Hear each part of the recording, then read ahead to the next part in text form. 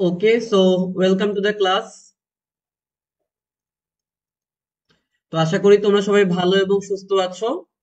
তো আজকে বেসিকলি আমাদের HTML এর লাস্ট ক্লাস হবে। সো HTML এর এই লাস্ট ক্লাসে আজকে আমরা অনেক ইম্পর্টেন্ট কিছু জিনিস নিয়ে আলোচনা করব। সো এই ইম্পর্টেন্ট জিনিসগুলো আমাদের জন্য খুবই ক্রুশাল এবং এই টপিকগুলো থেকে কোশ্চেন আসবে।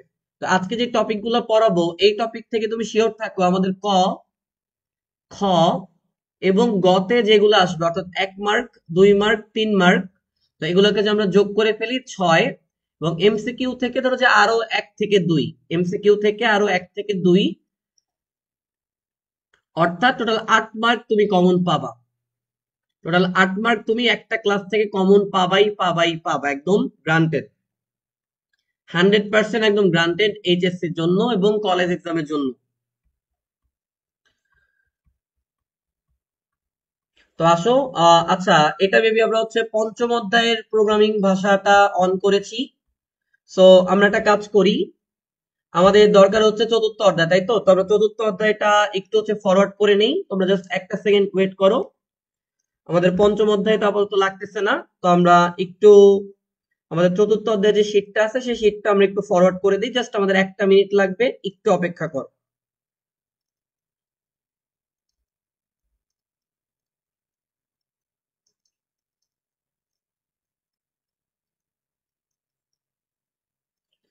ওকে, তো HTML এর শীটটা আমি একটু ফরওয়ার্ড দিয়ে দিই আমাদের টেলিগ্রামে।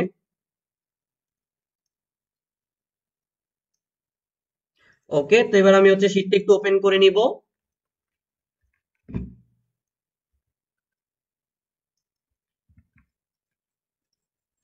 আচ্ছা, তো আসো আমরা একটু টেলিগ্রাম থেকে হচ্ছে নিয়ে নেই। তো আমাদের লাগবে হচ্ছে HTML।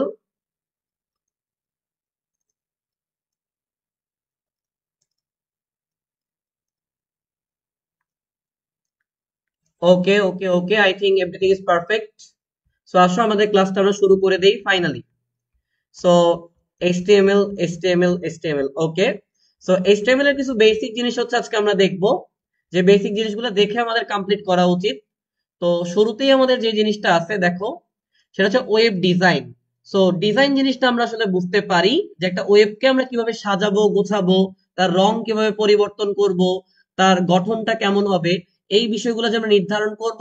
অর্থাৎ একটা ওয়েব পেজকে বাহ্যিক যে সৌন্দর্য আছে সেই সৌন্দর্যটা তৈরি করার যে উপায়, এটা কি ওয়েব ডিজাইন বলা হয়। আর ওয়েব কথাটা কোত্থেকে আসছে জানো? আমরা যে বলি ডাব্লু, এটা হচ্ছে ওয়ার্ল্ড ওয়াইড ওয়েব। তো লাস্টের যে ডাব্লু, এটা থেকে হচ্ছে ওয়েব কথাটা আসছে। এই ওয়েবটাকে আমরা যেই প্রসেস মেনটেন করে সাজাবো গোছাবো, এটাকে আমরা বলবো হচ্ছে ওয়েব ডিজাইন। তো বিভিন্ন সফটওয়্যার ইউজ করে এই ওয়েবকে বিভিন্ন রকম ভাবে সাজানো গোছানো যায়। তো বিভিন্ন অ্যাপস বা সফটওয়্যার ইউজ করে আমরা যেই ওয়েবটাকে সাজাবো গোছাবো, এটাকে হচ্ছে ওয়েব ডিজাইন বলা হয়ে থাকে। আর ওয়েব পেজ এবং ওয়েবসাইটের মধ্যে পার্থক্য আমরা দেখছি, যে ওয়েবসাইট হচ্ছে একটা বইয়ের মতো, ওয়েব পেজ হচ্ছে একটা পৃষ্ঠার মতো। সেটা ওয়েবসাইটের মধ্যে অনেকগুলো ওয়েব পেজ থাকে, যেমন ফেসবুক যদি একটা ওয়েবসাইট হয়, ফেসবুকের মধ্যে নোটিফিকেশন, অ্যাড ফ্রেন্ড, এগুলো হবে এক একটা ওয়েব পেজ, এক একটা ওয়েব পেজ। সো এই এমসিকিউটা খুব ইম্পর্টেন্ট, যে এইচটিএমএল এর পূর্ণরূপ কি? Hypertext markup language, hypertext markup language. Okay, so এবার আসো আমরা হচ্ছে কয়েকটা জিনিস হচ্ছে দেখি। এখানে এইচটিএমএল এর পূর্ণরূপটা আছে, তারপরে কোন একটা ওয়েবসাইট আমরা যদি লিখতে চাই, একটা ওয়েবসাইট লিখতে গেলে শুরুতে দেখবা লেখা থাকবে https://www. লেটস সে facebook.com, এটা অন্য কিছু হইতে পারে। তো শুরুতে আমার যে HTTPS আছে, এটার একটা পূর্ণরূপ আছে, সেটা হচ্ছে hyper text markup language. Hypertext markup language আছে, এটা HTML এর পূর্ণরূপ। আমি তো বলতেছি কোনটা?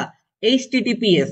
HTTPS হবে হাইপার টেক্সট ট্রান্সফার প্রোটোকল, আর এস এ হচ্ছে সিকিউরিটি, এস এ হচ্ছে security. Okay, hypertext transfer protocol, hypertext transfer protocol, HTTP, hypertext transfer protocol. আচ্ছা, এই যে এইখানে দেয়া আছে হাইপার টেক্সট ট্রান্সফার প্রোটোকল।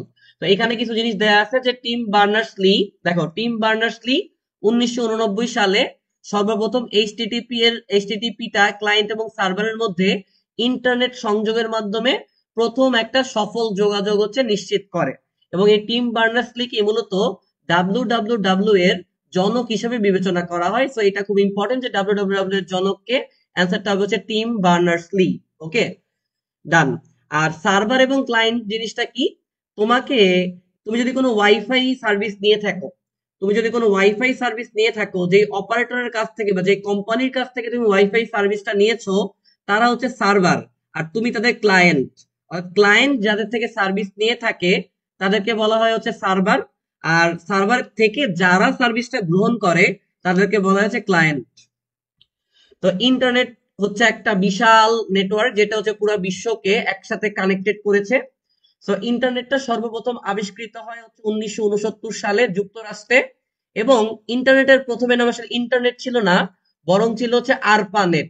অর্থাৎ ইন্টারনেটকে শুরুতে আমরা আরপানেট নামে হচ্ছে চিনতাম বা ডাকতাম, যেটা 1969 সালে মুক্তিযুদ্ধের 2 বছর আগে যুক্তরাষ্ট্র বা আমেরিকাতে সর্বপ্রথম হচ্ছে আবিষ্কৃত হয়, ইউএসএ তে। ওকে, আচ্ছা, ওয়েব পোর্টাল হচ্ছে অনেকগুলা ওয়েবসাইট লিংকের সমষ্টি, অনেকগুলা ওয়েবসাইট লিংকের সমাহার বা সমষ্টি। এই যে গুরুত্বপূর্ণ তথ্যের লিংকের সমাহার বা সমষ্টি। তাহলে একটা জায়গায় যদি অনেকগুলা গুরুত্বপূর্ণ ওয়েবসাইটের লিংক থাকে, ওই অনেকগুলা গুরুত্বপূর্ণ ওয়েবসাইটের লিংককে আমি একসাথে বলতে পারবো যে ওয়েব পোর্টাল। কি বলতে পারবো? Web portal. যেমন www.bangladesh.gov.bd, এই ওয়েবসাইটের মধ্যে গভ বা হচ্ছে গভর্নমেন্ট বা বাংলাদেশ সরকারের সকল গুরুত্বপূর্ণ তথ্য থাকে। যেহেতু এইটার মধ্যে বাংলাদেশ সরকারের সকল গুরুত্বপূর্ণ তথ্য থাকে, এই জন্য এই সবগুলো লিংকের সমষ্টি হিসাবে এইটাকে আমরা বলতে পারবো একটা ওয়েব পোর্টাল। সার্ভার কম্পিউটার মানে হচ্ছে যেই কম্পিউটারটার মাধ্যমে তুমি সার্ভিস গ্রহণ করে থাকো, বা বাকি সমস্ত কম্পিউটার যার সাথে কানেক্টেড থাকে সেটা সার্ভার। তো আমরা দ্বিতীয় অধ্যায় পড়ার সময় টপোলজি দেখছি না? সো টপোলজির মধ্যে যদি সেন্টারে একটা কম্পিউটার থাকে এবং চারপাশে যদি অনেকগুলা কম্পিউটার থাকে, ধরো চারপাশে আমি অনেকগুলা কম্পিউটার দিলাম, তো এই যে চারপাশে যে কম্পিউটার গুলো আছে এগুলো হচ্ছে ক্লায়েন্টের কম্পিউটার। এবং এই প্রত্যেকটা ক্লায়েন্ট একসাথে হচ্ছে মিডলে বা মাঝখানে বা সেন্টারে বা প্রিন্সিপালে একটা সেকশনের সাথে যুক্ত, যে হচ্ছে মেইন সার্ভার। সে হচ্ছে মেইন সার্ভার। তাহলে এই মাঝখানেরটাকে আমরা বলবো সার্ভার কম্পিউটার, এটা client computer, client computer, client computer, client computer. তো আপলোড আর ডাউনলোড মানে কি? ডাউনলোড মানে হচ্ছে কোনো কিছু তোমার ইন্টারনেট থেকে হচ্ছে ডাউনলোড করে নিজের কাছে সংরক্ষণ করা। আর ইন্টারনেটে তুমি যদি মানুষকে দেওয়ার জন্য কোনো কিছু ছড়িয়ে দিতে চাও, সেক্ষেত্রে তুমি হচ্ছে দিবা, এই জন্য ওটা হচ্ছে আপলোড। ডাউনলোড মানে নিজে ডাউনলোড করে রাখা, আপলোড মানে মানুষকে দেওয়ার জন্য মানুষের কাছে পৌঁছে দেয়া। অর্থাৎ কোন একটা ডেটা বা ফাইল অন্য কম্পিউটারের অন্য কোনো সার্ভার বা অন্য কোনো ক্লায়েন্টের কাছে পৌঁছে দেওয়াকে আমরা বলবো upload. Web browser, web browser মানে হচ্ছে যেই ব্রাউজার গুলোর মাধ্যমে আমরা ইন্টারনেটকে অ্যাক্সেস করতে পারি। যেমন এইখানে আমরা দেখতে পাইতেছি হচ্ছে কি, এটা হচ্ছে গুগল ক্রোম, এটা হচ্ছে ব্রেভ, এটা হচ্ছে ইন্টারনেট এক্সপ্লোরার, এরকম মজিলা ফায়ারফক্সও কিন্তু আছে। এই যে internet explorer, Google Chrome, Mozilla Firefox, এগুলা। তো আমার একটা ফ্রেন্ড ছিল, ওর নাম ছিল হচ্ছে সৌরভ। আমরা যখন ক্লাস সিক্সে আমরা যখন পড়ি, আমার ফ্রেন্ড সৌরভ হচ্ছে বলতেছিল যে আমি অপেরা মিনা দিয়ে ফেসবুক চালাই, আর গুগল চরণ দিয়ে আমি ইন্টারনেট ব্রাউজ করি। বুঝছো? ওই অপেরা মিনা বলতে সে আসলে বুঝাইছিল হচ্ছে অপেরা মিনি, আর গুগল চরম বলতে সে বুঝাইছিল হচ্ছে, বা যেটা বুঝাইতে সে চাচ্ছিল সেটা হচ্ছে গুগল ক্রোম। ঠিক আছে, সে গুগল চরম দিয়ে হচ্ছে ব্রাউজিং করে, অপেরা মিনা দিয়ে হচ্ছে ফেসবুক চালায়। বুঝছো? ওই যে অপেরা মিনা, গুগল চরম, অ্যাকচুয়ালি কি গুগল ক্রোম এবং অপেরা মিনি, মজিলা ফায়ারফক্স, অ্যাপেলের যে সাফারি, এগুলো প্রত্যেকটা এক একটা ওয়েব ব্রাউজার। এই ওয়েব ব্রাউজারের মাধ্যমে আমরা ইন্টারনেটের বিভিন্ন জিনিস কি করতে পারি? ব্রাউজ করতে পারি বা খুঁজে দেখতে পারি। তাহলে এই যে পৃথিবীর বিভিন্ন দেশে যত কিছু তোমার ওয়েব পেজের মধ্যে আছে, এই সমস্ত জিনিস ব্রাউজ করে দেখার যে বিষয়টা, সেই ব্রাউজ করাকে বা প্রদর্শন করাকে বলে ওয়েব ব্রাউজিং।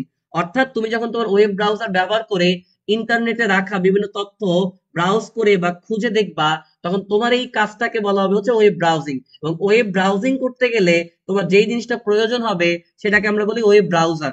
এই এমসিকিউ কিন্তু আসে যে নিচের কোনটি ওয়েব ব্রাউজার, নিচের কোনটি ওয়েব ব্রাউজার নয়। So be very very careful. এবার আসো সার্চ ইঞ্জিন। তো সার্চ ইঞ্জিন হিসেবে আমরা সব থেকে বেশি যেটা ইউজ করি সেটা হচ্ছে গুগল, এরপরে আছে হচ্ছে ইয়াহু। বাংলা তো একটা সার্চ ইঞ্জিন আছে যেটাকে আমরা হচ্ছে পিপিলিকা নামে চিনি, পিপিলিকা। তো সার্চ ইঞ্জিন মানে কি? ইঞ্জিন মানে তো একটা যন্ত্র। তো সার্চ ইঞ্জিন মানে হচ্ছে যে যন্ত্রটার মধ্যে বা যে ইঞ্জিনের মধ্যে আমরা কোনো কিছু সার্চ করব। তা আমরা ডেফিনেটলি কোনো কিছু সার্চ করতে হইলে গুগল ক্রোম বা যে ওয়েব ব্রাউজার গুলো আছে সেগুলো দিয়ে কোথায় যাই সার্চ করতে? 99% অফ দ্য টাইম আমরা যাই হচ্ছে গুগলে, এবং যেই তথ্য আমাদের প্রয়োজন সেই তথ্যটাই গুগলের সার্চ ইঞ্জিনের থেকে আমরা খুঁজে বের করে নেই।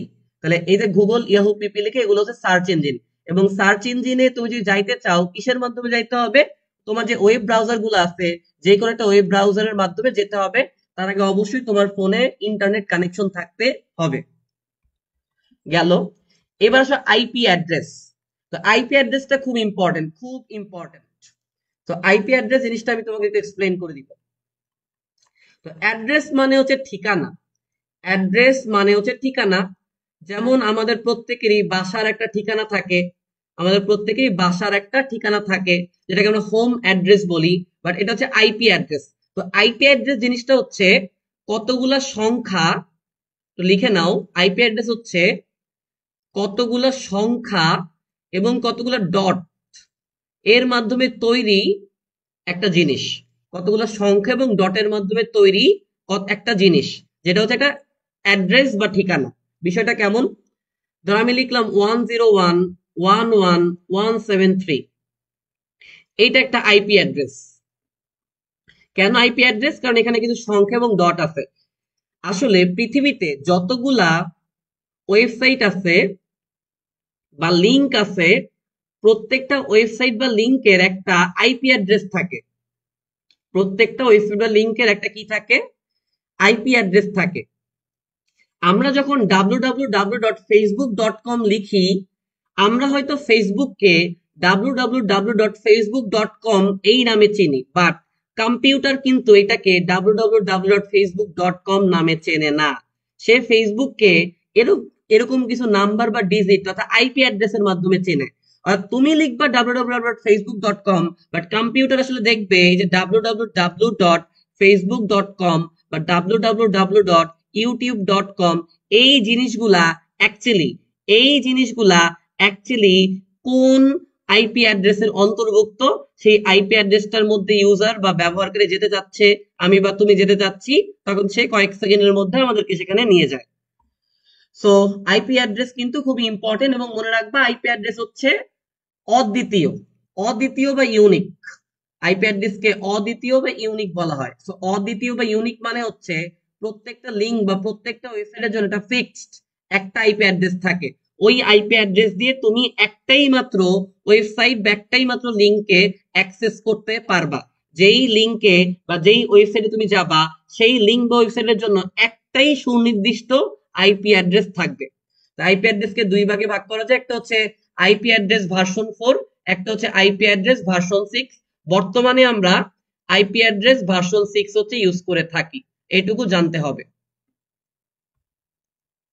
সো বৈশিষ্ট্য চাইলে পড়তে পারো, অতটা ইম্পর্টেন্ট না, অতটা ইম্পর্টেন্ট না।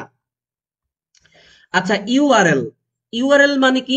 ইউআরএল মানে হচ্ছে ইউনিভার্সাল রিসোর্স লোকেটর, অথবা এটাকে আমরা চাইলে ইউনিফর্ম রিসোর্স লোকেটরও বলতে পারবো। ইউ তো হচ্ছে ইউনিভার্সাল অথবা ইউনিফর্ম, আর হচ্ছে রিসোর্স, এল হচ্ছে লোকেটর। ইউআরএল এর পূর্ণরূপটাও কিন্তু পরীক্ষায় আসতে পারে, খুবই ইম্পর্টেন্ট। সো একটা ইউআরএল আসলে কি? একটা ইউআরএল মানে হচ্ছে একটা নির্দিষ্ট লিঙ্ক। ইউআরএল মানে হচ্ছে একটা নির্দিষ্ট লিঙ্ক, যে লিঙ্কের মাধ্যমে আমরা একটা ওয়েব পেজকে বা ওয়েবসাইটকে অ্যাক্সেস করতে পারি। যেমন এখানে লেখা আছে একটা লিঙ্ক, http://hsc.mhcare.com.bd/ict. হচ্ছে নোট। তাহলে এই পুরাটা, এই যে এইখান থেকে শুরু করে এই অবধি পুরো জিনিসটাকে বলা হবে একটা ইউআরএল বা হচ্ছে লিঙ্ক। ইভেন আমার এইখানেও একটা ইউআরএল বা লিঙ্ক আছে, দেখো আমার এইখানেও একটা ইউআরএল বা লিঙ্ক আছে। এখন একটা ইউআরএল বা লিঙ্কের কয়েকটা অংশ থাকে, তার মধ্যে শুরুতে যেই এইচটিটিপি থাকে এটাকে বলা হয় প্রোটোকল। এইচটিটিপি এটাকে বলা হচ্ছে প্রোটোকল। এই প্রোটোকলটা আসলে তোমার সিকিউরিটি এনশিওর করে। এইচটিটিপি হচ্ছে একটা প্রোটোকল। প্রোটোকলের কাজ কি? তোমার নিরাপত্তা দেওয়া তোমাকে, অর্থাৎ তোমার যে সিকিউরিটি সেটা এনশিওর করা। তো এই বিষয়টা আমি তোমাকে যদি বুঝাই, তো আসলে আমাদের ইন্টারনেটে অনেক ডার্ক ওয়েবসাইট আছে। ডার্ক ওয়েবসাইট গুলো হচ্ছে এমন ওয়েবসাইট যেখানে অনেক আপত্তিকর বা হচ্ছে অনেক জঘন্য কিছু কাজকর্ম হচ্ছে হয়। যেমন তুমি মানুষকে মারার জন্য কিলার ভাড়া করতে পারবা, তারপরে ওইখান থেকে তুমি বন্দুক, গান, বোমা এগুলা ক্রয় বিক্রয় করতে পারবা। সো অনেক রকমের ডার্ক অ্যাক্টিভিটিস হয়ে থাকে ওইসব ডার্ক ওয়েবসাইটে। তো এইসব ডার্ক ওয়েবসাইট গুলা নর্মালি আমাদের জন্য হচ্ছে ফরবিডেন। আমরা চাইলেই ডার্ক ওয়েবসাইট গুলোতে ঢুকতে পারবো না। সো অনেক হ্যাকাররা বিভিন্ন রকমের স্পেশাল ওয়েব ব্রাউজার, স্পেশাল সিকিউরিটির মাধ্যমে ওইসব ওয়েবসাইট গুলাকে অ্যাক্সেস করে থাকে, ওই ডার্ক ওয়েবসাইট গুলাকে। বাট যখন তোমার একটা প্রোটোকল দেয়া থাকবে বা এইচটিটিপি দেয়া থাকবে, তখন এনশিওর করা হয় যে ওয়েবসাইটে তুমি ঢুকতেছো বা যে ওয়েবসাইটের আগে এইচটিটিপি কথাটা আছে, ওই ওয়েবসাইটটা তোমার জন্য সেফ এন্ড সিকিউর, ওইখানে ডার্ক কোনো কিছু হয় না। সো এই এইচটিটিপি বা প্রোটোকলের কাজ হচ্ছে তোমার সিকিউরিটি এনশিওর করা বা তোমাকে নিরাপত্তা প্রদান করা। আচ্ছা, এবার আসলে ডোমেনের একটা ব্যাপার আছে। ডোমেন হচ্ছে আবার কয়েক রকমের হয়। সো ডোমেন জিনিসটা আমি যদি বুঝাই, তো এইখানে অ্যাকচুয়ালি মেইন জিনিসে চলে আসো। এই যে যে ওয়েবসাইটটার নাম hsc.mhcare.com.bd, বা এটাকে আমি যদি চাই এইভাবে লিখতে পারি যে ইনফিনিটি ইনফিনিটি বা তার আগে চাইলে এটা এইচএসসি বা এসএসসি কিছু একটা লাগানো যায়, ধরো hsc.infinity.com.bd। এখানে আসলে কতগুলো ডোমেন আছে। ডোমেন মানে হচ্ছে ডট সামথিং, ডটের পরে কোন একটা জিনিস যদি থাকে, এই জিনিসটাকে আমরা বলি হচ্ছে ডোমেন। কম্পিউটার ভাষায় এটাকে বলা হচ্ছে ডোমেন। hsc.infinity.com.bd, এখানে তোমার কান্ট্রি নামের বা তোমার দেশের নামের যদি সংক্ষিপ্ত রূপ থাকে, আছে কিন্তু, সেটা হচ্ছে ডট কম ডট বিডি। এটা হচ্ছে কি বোঝায়? Dot commercial dot Bangladesh, dot commercial dot Bangladesh. এটাকে বলা হবে সব থেকে ইম্পর্টেন্ট ডোমেন। সব থেকে ইম্পর্টেন্ট ডোমেনকে টপ লেভেল ডোমেন বলা হয়। সব থেকে ইন্টারনেট ডোমেনকে টপ লেভেল ডোমেন বলা হয়। এরপরে দ্বিতীয় ইম্পর্টেন্ট যেটা, সেটা হচ্ছে আমার কোম্পানির নাম বা আমার প্রতিষ্ঠানের নাম। আমার প্রতিষ্ঠানের নাম হচ্ছে ইনফিনিটি, এটা হচ্ছে দ্বিতীয় গুরুত্বপূর্ণ। এটাকে বলে সেকেন্ড লেভেল ডোমেন। এটাকে বলা হচ্ছে সেকেন্ড লেভেল ডোমেন। আর তার আগে যদি কিছু থাকে, তার আগে যদি কিছু থাকে, সেটাকে বলা হবে হচ্ছে থার্ড লেভেল ডোমেন। এখানে তুমি যদি তাকাও, ডট কম ডট বিডি, এটা হবে টপ লেভেল ডোমেন। তার প্রতিষ্ঠানের নাম হচ্ছে এইচ কেয়ার, সেটা হবে সেকেন্ড লেভেল ডোমেন। এবং তার আগে যদি কিছু থাকে, সেটা হবে থার্ড লেভেল ডোমেন। তো ডট কমার্শিয়াল মানে হচ্ছে একটা কমার্শিয়াল প্রতিষ্ঠান বোঝানো হচ্ছে, আর ডট বিডি দ্বারা বোঝানো হচ্ছে এটা বাংলাদেশের একটা ওয়েবসাইট। তাহলে এই যে লাস্টের দিকে যে অংশটা আছে, এটাকে বলে টপ বা হচ্ছে ফার্স্ট লেভেল ডোমেন। তার আগেরটা হবে সেকেন্ড লেভেল ডোমেন। তার আগে যদি কিছু থাকে সেটা হবে থার্ড লেভেল ডোমেন। তার আগে যদি কিছু থাকে সেটা ফোর্থ লেভেল ডোমেন হবে। আর এই যে আইসিটি স্ল্যাশ নোট, এটা হচ্ছে ফাইলের নাম আর কি। যে আইসিটির কোন একটা নোট নিশ্চয়ই তুমি হচ্ছে ডাউনলোড করতে চাচ্ছ ওয়েবসাইট থেকে, সেটা হচ্ছে ফাইলের নাম। তো ওইটা বেশি ইম্পর্টেন্ট না।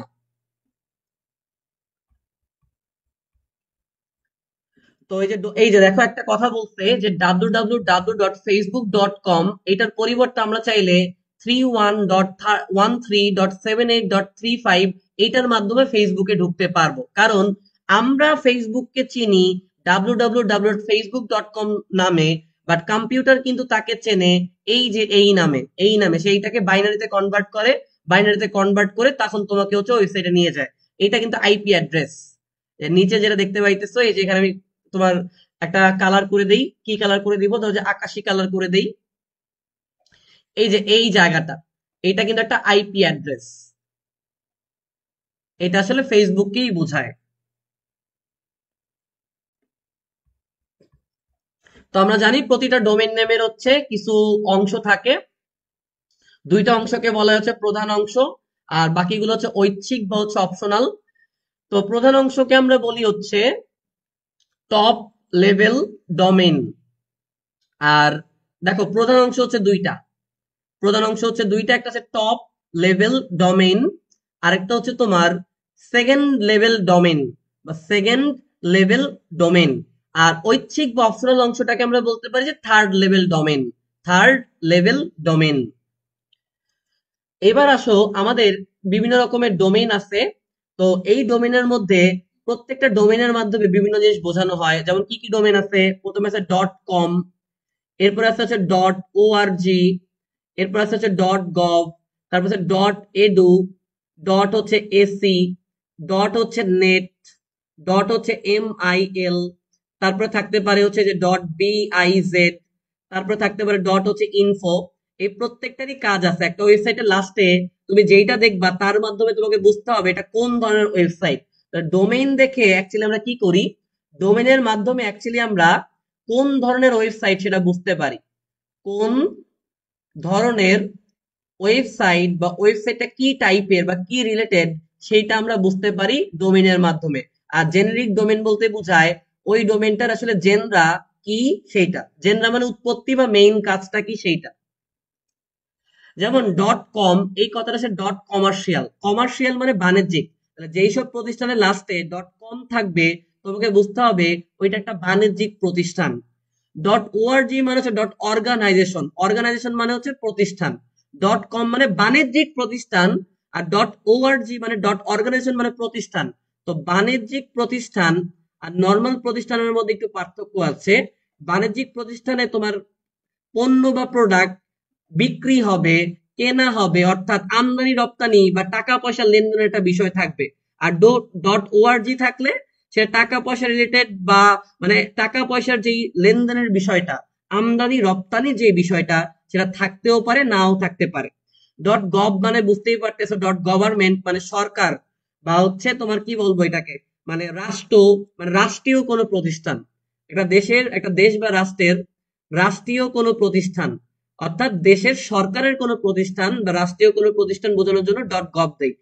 .edu মানে এডুকেশন। তো আমাদের যে ওয়েবসাইট www.just.edu.bd, যে আমাদের ভার্সিটির নামের পরে এডু কথাটা কিন্তু আছে। অন্যান্য ভার্সিটি বা অন্যান্য শিক্ষা প্রতিষ্ঠান নামে শেষে এডু থাকে।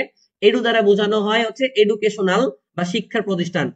.ac মানে হচ্ছে একাডেমিক, একাডেমিক মানেও কিন্তু পড়াশোনা রিলেটেড। তাহলে এডু এবং এসি, এডুকেশন এবং একাডেমিক, দুইটা হচ্ছে শিক্ষা প্রতিষ্ঠান, শিক্ষার প্রতিষ্ঠান বোঝায়। কারণ একটা ওয়েবসাইটের লাস্টে .edu বা .ac থাকলে তোমাকে বুঝতে হবে শিক্ষা প্রতিষ্ঠান।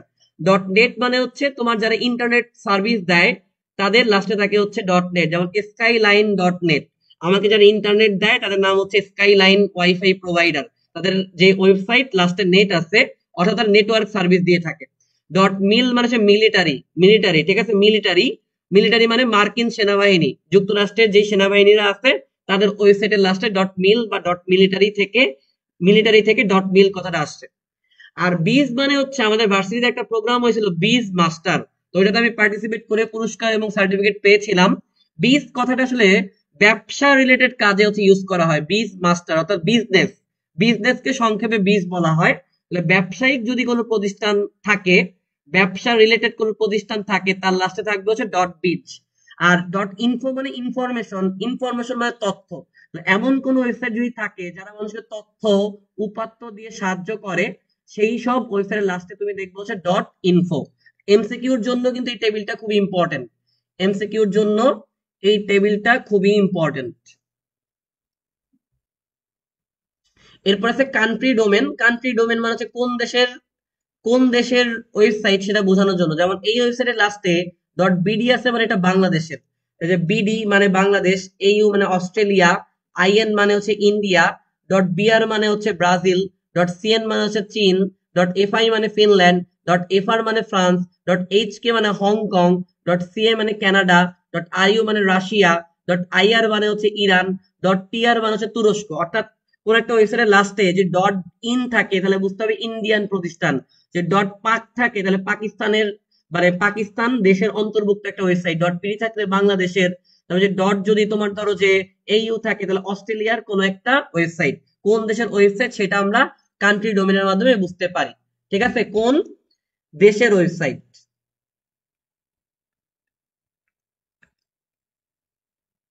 কোন দেশের ওয়েবসাইট সেটা আমরা কান্ট্রি ডোমেনের মাধ্যমে বুঝতে পারি।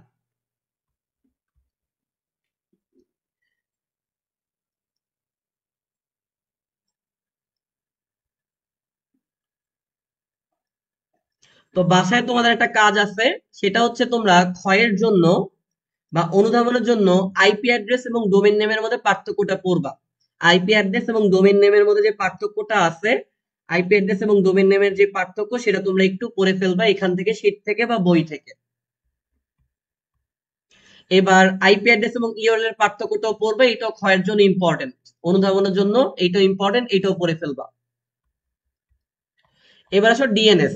ডিএনএস মানে হচ্ছে ডোমেন নেম সিস্টেম। একটা ডোমেনের নাম কিরকম হবে সেটা হচ্ছে ডিএনএস বা ডোমেন নেম সিস্টেমের উপরে নির্ভর করে। ওকে, আচ্ছা। সো এইবার আমাদের মেইন পড়াশোনায় হচ্ছে আমরা আসছি। এইবার আমরা যে টপিকটা পড়বো এখান থেকে 3 মার্ক কমন একদম শিওর, মাঝে মাঝে 4 মার্কও দিয়ে দেয়, বলা যায় না। 3 মার্ক বা 4 মার্ক একদম কমন পাবাই পাবা।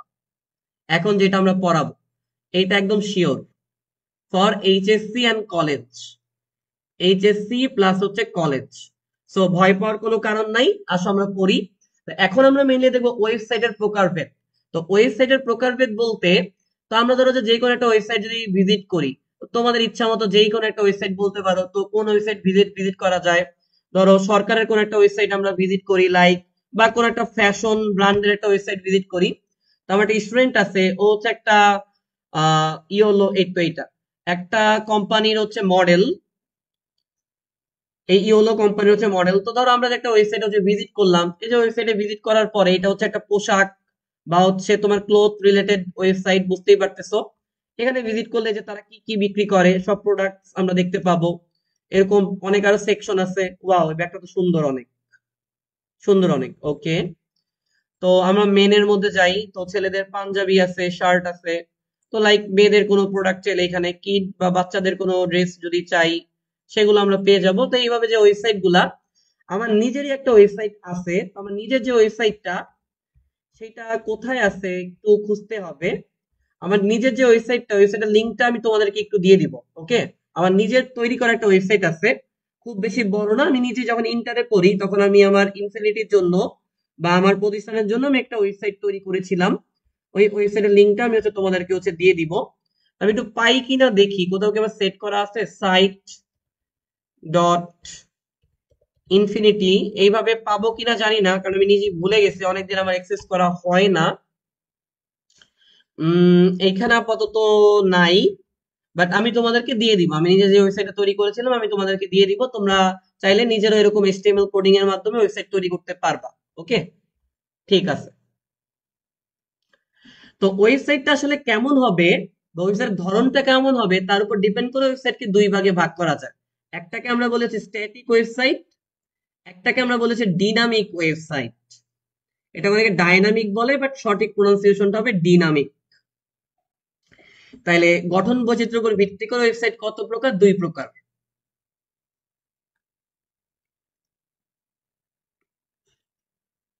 একটা হচ্ছে স্ট্যাটিক, একটা হচ্ছে আমাদের ডিনামিক। তো স্ট্যাটিক ওয়েবসাইট আমরা যদি বুঝতে চাই, তো স্ট্যাটিক ওয়েবসাইটে ঢুকতে গেলে প্রথমে আমাদের একটা ডিভাইস লাগবে। তো সেই ডিভাইসটা চাইলে কম্পিউটার হইতে পারে, ল্যাপটপ হইতে পারে, মোবাইল ফোন হইতে পারে। তারপরে কম্পিউটার মোবাইল ফোনের মধ্যে আমাদের একটা ইন্টারনেট কানেকশন থাকতে হবে। তারপর আমরা সার্ভারের মধ্যে প্রবেশ করব। এবার ফাইনালি আমরা যে ওয়েবসাইটে যাইতে চাই সেই ওয়েবসাইটে যাইতে পারবো। এই যে আমার কাছে একটা ল্যাপটপ আছে, দেন এই ল্যাপটপের মধ্যে ইন্টারনেট কানেকশন আছে, দেন আমি একটা সার্ভার যদি সার্চ করি, সেই সার্ভার সার্চের মাধ্যমে আমি কি করতে পারবো, আমি ওয়েবসাইটে যাইতে পারবো। তো মনে রাখবা, স্ট্যাটিক ওয়েবসাইট তুমি যদি বানাইতে চাও তোমাকে এইচটিএমএল জানতে হবে অথবা সিএসএস জানতে হবে। এই 2টা প্রোগ্রামিং ল্যাঙ্গুয়েজের মধ্যে একটা যদি তুমি জানো তাহলে তুমি এই স্ট্যাটিক ওয়েবসাইট তৈরি করতে পারবা। যে কোনো একটা ওয়েবসাইট তুমি নিজেই তৈরি করতে পারবা। তোমার নিজেরই একটা ফেসবুক ইউটিউবের মতো একটা ওয়েবসাইট থাকবে, তোমার নিজের তৈরি করা। ওকে, সো স্ট্যাটিক ওয়েবসাইট তৈরি করতে গেলে যে প্রোগ্রামিং ল্যাঙ্গুয়েজ গুলো তোমাকে জানতে হবে সেটা হচ্ছে এইচটিএমএল অথবা সিএসএস। এইচটিএমএল বা সিএসএস ব্যতীত তুমি অন্য কোনো প্রোগ্রামিং ল্যাঙ্গুয়েজ দিয়ে স্ট্যাটিক ওয়েবসাইট তৈরি করতে পারবা না। আর একটা কথা মনে রাখবা, স্ট্যাটিক ওয়েবসাইটে একবার তথ্য দেওয়ার পরে সেই তথ্য পরিবর্তন করা যায় না, সেই তথ্য পরিবর্তন করা যায় না। অর্থাৎ একটা ওয়েবসাইট বানানোর সময় তুমি যেই তথ্যগুলা দিয়ে দিবা, যে ছবিগুলা যে টেক্সট গুলা দিয়ে দিবা, ওগুলা ফিক্সড দিয়ে দিছো, তো দিয়ে দিছো। তুমি চাইলে ছবি বা লেখাগুলাকে চেঞ্জ করতে পারবা না। এই জন্য স্ট্যাটিক ওয়েবসাইট, স্ট্যাটিক মানে স্থির, স্ট্যাটিক মানে হচ্ছে স্থির। আর ডিনামিকের ক্ষেত্রে, ডিনামিক মানে সচল, সচল মানে তুমি যে কোনো সময় যা কিছু প্রয়োজন চেঞ্জ করতে পারবা। তো আসলে প্রথমে আমরা স্ট্যাটিক ওয়েবসাইট নিয়ে কাজ করি। তো এই কোয়েশ্চেন গুলো খুব ইম্পর্টেন্ট, এবার পরীক্ষায় কোয়েশ্চেন আসবে যে স্ট্যাটিক ওয়েবসাইট বলতে কি বোঝো, স্ট্যাটিক ওয়েবসাইটের বৈশিষ্ট্য লিখো, স্ট্যাটিক ওয়েবসাইটের সুবিধা লিখো, স্ট্যাটিক ওয়েবসাইটের অসুবিধা লিখো। বা কোয়েশ্চেন এভাবে আসতে পারে, স্ট্যাটিক এবং ডিনামিক ওয়েবসাইটের মধ্যে তুলনামূলক আলোচনা করো বা তুলনামূলক পার্থক্য লিখো। খুবই ইম্পর্টেন্ট। তো প্রথমে আমাদের পড়ার যে বিষয়, আমরা স্ট্যাটিক ওয়েবসাইটের বৈশিষ্ট্য নিয়ে আলোচনা করবো। স্ট্যাটিক ওয়েবসাইটের মধ্যে কি থাকে কি থাকে না। প্রথম কথা, স্ট্যাটিক ওয়েবসাইটে কোনো ডেটাবেস থাকে না। সো ডেটাবেস জিনিসটাকে আমি একটু বুঝাই। ডেটাবেস হচ্ছে ডেটা রাখার একটা জায়গা, ডেটা রাখার সুনির্দিষ্ট জায়গা। এটা খুবই ইম্পর্টেন্ট, সুনির্দিষ্ট। সুনির্দিষ্ট জায়গা, সুনির্দিষ্ট জায়গা বলতে ধরো তোমার একটা পেজ আছে, তুমি চাইলে এই পেজের মধ্যে তুমি কিছু লেখালেখি করবা, আরেকটা পেজ আছে সেই পেজের মধ্যে তুমি একটা ছবি প্রিন্ট করবা, আরেকটা পেজ আছে সেই পেজের মধ্যে তুমি একটা ভিডিও রাখবা। তাহলে এই যে প্রত্যেকটা জিনিসের জন্য সুনির্দিষ্ট একটা জায়গা পাচ্ছ তুমি, টেক্সট, ছবি, ভিডিও, এই প্রত্যেকটা ডেটার জন্য তুমি একটা নির্দিষ্ট জায়গা পাচ্ছ। তো এই জায়গা যদি তুমি পাও, যেই জায়গায় তুমি জিনিসগুলো রাখবা সেটাকে বলা হবে ডেটাবেস। বাট আনফরচুনেটলি স্ট্যাটিক ওয়েবসাইটে কোনো ডেটাবেস থাকে না। এটা অনেক বড় ডিসঅ্যাডভান্টেজ, অনেক ক্ষতি। কন্টেন্ট নির্দিষ্ট থাকে। কেন কন্টেন্ট নির্দিষ্ট থাকে? কন্টেন্ট মানে কি, আমরা কন্টেন্ট ক্রিয়েটর বলি না, আমরা মাঝে মাঝে কন্টেন্ট ক্রিয়েটর বলি না? তো কাদেরকে আমরা কন্টেন্ট ক্রিয়েটর বলি?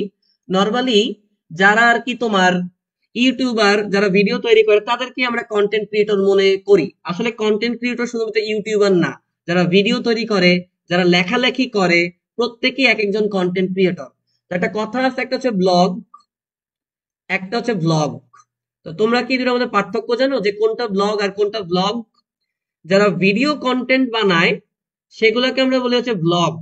আর ব্লগ মানে কি, ব্লগ মানে হচ্ছে যারা লেখালেখি করে, অর্থাৎ টেক্সটের মাধ্যমে কন্টেন্ট তৈরি করে। কেউ গান লেখে, কেউ কবিতা লেখে, কেউ সাংবাদিকতা করার জন্য কিছু টেক্সট লিখে, সেগুলোকে বলে ব্লগ। এই ব্লগ হোক আর ব্লগ হোক, এগুলো প্রত্যেকটা এক একটা কন্টেন্ট। কেউ গান গায়, সিঙ্গিং করে, অডিও, এইগুলো এক একটা কন্টেন্ট। তো কন্টেন্ট নির্দিষ্ট থাকে মানে কন্টেন্ট ফিক্সড থাকে। তুমি চাইলেই যে কন্টেন্ট গুলো শুরুতে ওয়েবসাইট তৈরি করার সময় দিছো সেগুলোকে চেঞ্জ করতে পারবে না। তো ব্যবহারকারী মানে কি? ব্যবহারকারী মানে হচ্ছে ইউজার। তো ধরো আমি একজন ইউটিউব বা ফেসবুকের ব্যবহারকারী বা ইউজার। তো আমি যদি চাই ইউটিউবের কোনো কিছুকে আমি চেঞ্জ করতে পারবো, ফেসবুকের কোনো কিছুকে আমি চেঞ্জ করতে পারবো? পারবো না। তাহলে আমরা স্ট্যাটিক ওয়েবসাইটে অ্যাকচুয়ালি কোনো তথ্য প্রদানও করতে পারি না, কোনো তথ্য আপডেটও করতে পারি না, তাই না? যে ওই ওয়েবসাইটটা তৈরি করছে, যে ফেসবুক তৈরি করছে বা যারা ফেসবুক তৈরি করছে, যে বা যারা ইউটিউব তৈরি করেছে, তারাই এগুলাকে চেঞ্জ করতে পারবে, আপডেট করতে পারবে। আমরা ব্যবহারকারীরা, ইউজাররা করতে পারবো না। এবং আমরা জানি স্ট্যাটিক ওয়েবসাইট তৈরি করতে হলে হয় আমাদের এইচটিএমএল জানতে হবে, নাহলে সিএসএস জানতে হবে। এই দুটো প্রোগ্রামিং ল্যাঙ্গুয়েজের মাধ্যমেই জানা যায়। তো যদি সি শিখো, সি প্লাস প্লাস শিখো, পাইথন শিখো, কোনো লাভ নাই। তুমি এগুলা শেখার পরেও এগুলা দিয়ে স্ট্যাটিক ওয়েবসাইট তৈরি করতে পারবা না। এটা একটা খারাপ দিক। কারণ এই দুটা দিয়ে তুমি করতে পারবা, কেন বাকিগুলা জানলে করতে পারবা না। বাট ডিনামিকে দেখবা যে তুমি আরো অনেকগুলা প্রোগ্রামিং ল্যাঙ্গুয়েজের মাধ্যমে করতে পারবা। যেটাই তুমি জানো না কেন সেটা দিয়ে করতে পারবা, অনেক ইজি হবে তোমার জন্য, অনেক সুবিধা হবে। সেটা কোথায়? ডিনামিকে। আর কোন রকম ডেটাবেজের সাথে সংযোগ থাকে না, সেটা আমরা শুরুতেই বুঝতে পারছি। তো এইবার ধরো যে আমরা কিছু সুবিধা দেখি। তো স্ট্যাটিক ওয়েবসাইটের মধ্যে তথ্য যেহেতু কম থাকে, তাই খুব দ্রুত লোড হয়, বানাতে খরচ কম লাগে, ওয়েবসাইট তৈরি করা, নিয়ন্ত্রণ করা অনেক সহজ, ডেটাবেজ না থাকে অনেক বেশি সিকিউর, জায়গা কম লাগে। তো একটা জিনিস আমি একটু তোমাকে বুঝিয়ে দেই যে কেন বলছে যে অধিক নিরাপদ। কেন বলছে অধিক নিরাপদ? আসলে অধিক নিরাপদ এই পয়েন্টটা খুব ইম্পর্টেন্ট। এইটাই কিন্তু তোমার স্ট্যাটিক ওয়েবসাইটের সব থেকে বড় সুবিধা, যেটা তোমার জন্য অনেক নিরাপদ। কারণ কেন আমি একটু বুঝাই। স্ট্যাটিক ওয়েবসাইটে কোনো ডেটাবেস থাকে না। স্ট্যাটিক ওয়েবসাইটে কোনো ডেটাবেস থাকে না। যেহেতু স্ট্যাটিক ওয়েবসাইটে কোনো ডেটাবেস থাকে না, এই জন্য ডেটাবেসের মধ্যে কোনো ইউজার চাইলেই তার ডেটাটা রাখতে পারে না। তো ধরো একটা ওয়েবসাইটের মধ্যে ডেটাবেস আছে, সেই ডেটাবেসের মধ্যে তুমি তোমার নাম, তুমি তোমার হচ্ছে ঠিকানা, তুমি তোমার হচ্ছে ফোন নাম্বার, তুমি তোমার হচ্ছে পাসওয়ার্ড, তুমি তোমার হচ্ছে ধরো যে পাসওয়ার্ড, কথার কথা রাখলা। তাহলে এইভাবে আরো ইউজাররা ডেটাবেজের মধ্যে রাখবে। তো যখন হ্যাকাররা দেখবে কোনটা ডেটাবেজের মধ্যে বিভিন্ন মানুষের ডেটা আছে, তখন সে বিভিন্ন ভাবে কিন্তু হ্যাক করার ট্রাই করবে।